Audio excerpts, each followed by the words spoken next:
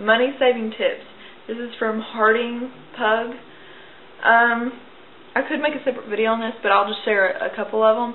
Money saving tips is usually opening blinds instead of turning on the lights to let natural light in.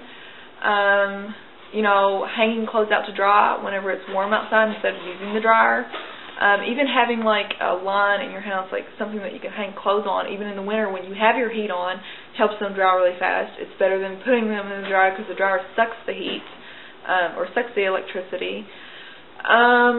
You know, taking showers instead of long baths, small showers.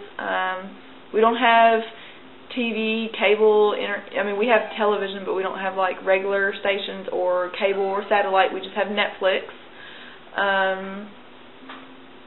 What else?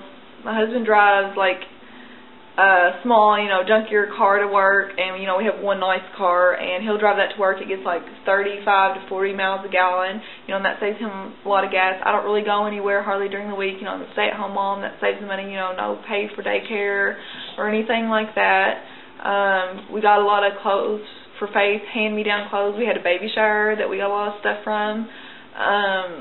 We go to garage sales, yard sales to get her toys or whatever like that. We don't buy name brand stuff. We buy off-brand, diapers, wipes,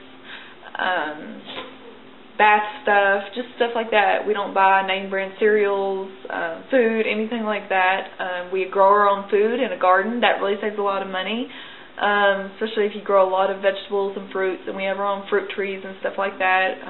I don't have to spend money on juice because I juice my own juice. We don't drink dairy, so we don't have to spend money on cheese, milk, yogurts, anything like that.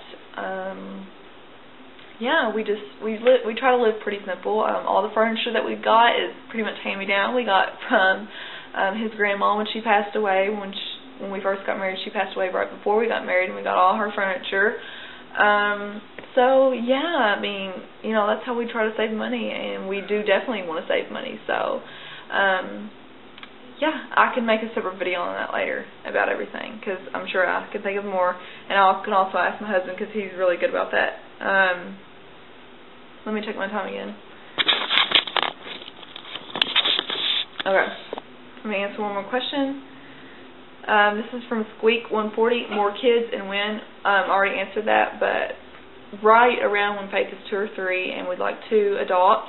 The next one, but it's really up to God. If we had more, then we have more.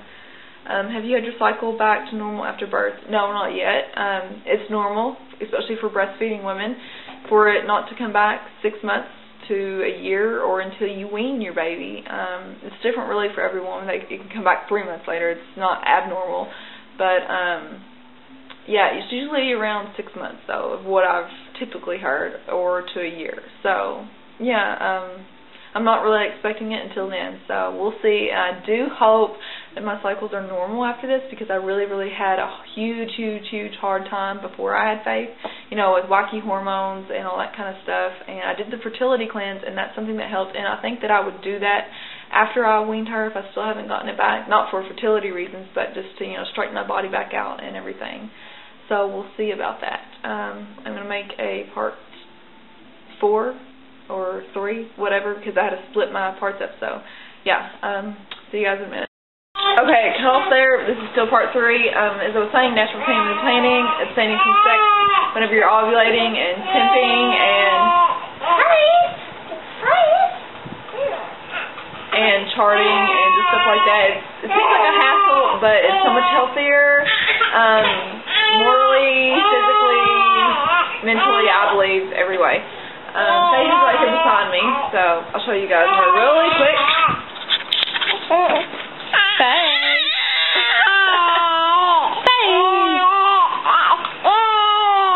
Faith, quit your whining.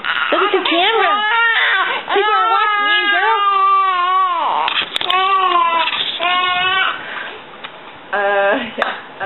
I'll be right back. Okay, I think she's better now because she's in my lap. So here she is. She's going to help me answer questions, I guess. The next set of questions is from the Appy Show. It's hard to do questions whenever she's right beside me because I'm going to be distracted by her. But a big transformation from who I was to who I am now. I had a big transformation. I went, like, looking back, it doesn't even sound like me. It doesn't even, looking back, I don't even look like I do now. I mean, physically I don't. Because, you know, of the eating disorder, and even if it's not the eating disorder, just a lot of dark things that I was in. Witchcraft, my spirituality is not even the same. My physical being is not even the same. My mental being is not even the same. Emotionally, I'm not the same. Back then, I was always thinking of dark stuff, depression, suicide, and these things were real in my head. And now I'm just so much happier. I'm thinking of my daughter, my husband, and I'm thinking of God, and I'm thinking of that life is good, you know. I'm sure there are down moments and everything, but nothing that I can't get past. You know, my problems aren't exceeding. My problems aren't the worst in the world. You know, there's other people with worse problems, and I just have a totally different mindset. My mind just changed once I found God. Like, it just clicked, and it was just different. I wish I could go back and, you know, talk to myself of how I am now, but then again, I say I wish I couldn't, because those moments that I had back then just made me a stronger person who I am today, and I don't think that I would know what I would know if I could go back and change that. But I believe that things in your life happen because they want to make you stronger and stuff. So, I'm just totally different. I don't even have the same mindset about things. I don't even, you know, want to do the same things that I used to do. I don't have any temptations for those things. It kind of disgusts me of the things that I used to do, and I look back and I just feel so, you know, horrible about the things that I have done, and I feel guilt and shame at times. But I know through Jesus, I'm forgiven, and, you know, it's an amazing process, amazing change. She also asked, when was my, my aha moment? Well, my aha moment was, you know, the turning point whenever I actually did find God. Whenever I found that, you know, I can't control everything. I can't. Physically, I cannot control everything. You know, I try to control everything through my life through doing so many things. You know, the eating disorder, controlling how I look, controlling people around me, and just controlling situations. My aha moment is when I found out that God controls everything, that in His Word it says that He controls, and I don't have to worry about things as much as I used to, you know. I mean, I don't have to worry about anything at all. I mean, not to say that I still don't worry, but, you know, I just don't have to, you know. I can be free, that I'm the one making me miserable. You know, I was making myself miserable. That's my aha. I can change that, but I can change that. The turning point in faith where you went from believing in God to really having a trusting relationship with Him. Well, I never really, securely had a believing relationship in God before I really started to trust Him. I guess I knew there was a God, but there's a difference in just knowing and believing. Believing is, you know, following out with His Word and doing everything in His Word. That's really, truly believing. If you just give Him lip service, you're not believing. So my turning point was whenever I actually just, you know, like I said, discovered that I don't have to control everything, and that, you know, God is in control of my life, and, you know, just giving my life fully over to Him. And not thinking that, oh, God's never going to do anything for me, my life is horrible. Just, you know, I was actually making myself miserable, blaming everything on God whenever I'm to blame. You know, I am to blame, and I have to take full responsibility for my problems, even though maybe other people have contributed to my problems. You know, just stuff like that. So, the turning point is whenever you surrender and just give it all, and, you know, see Jesus as your Savior, your Creator, not just someone up there, you know.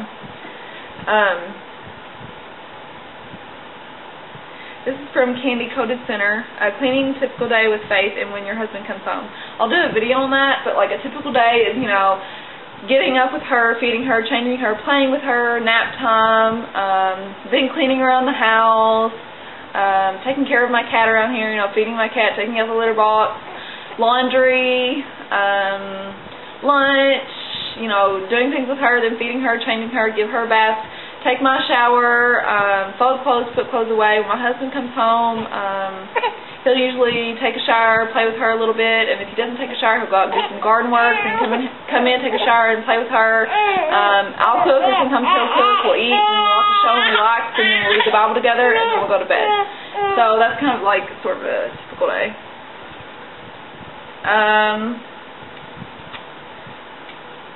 Well, I'm going to make a part 4, so see you guys.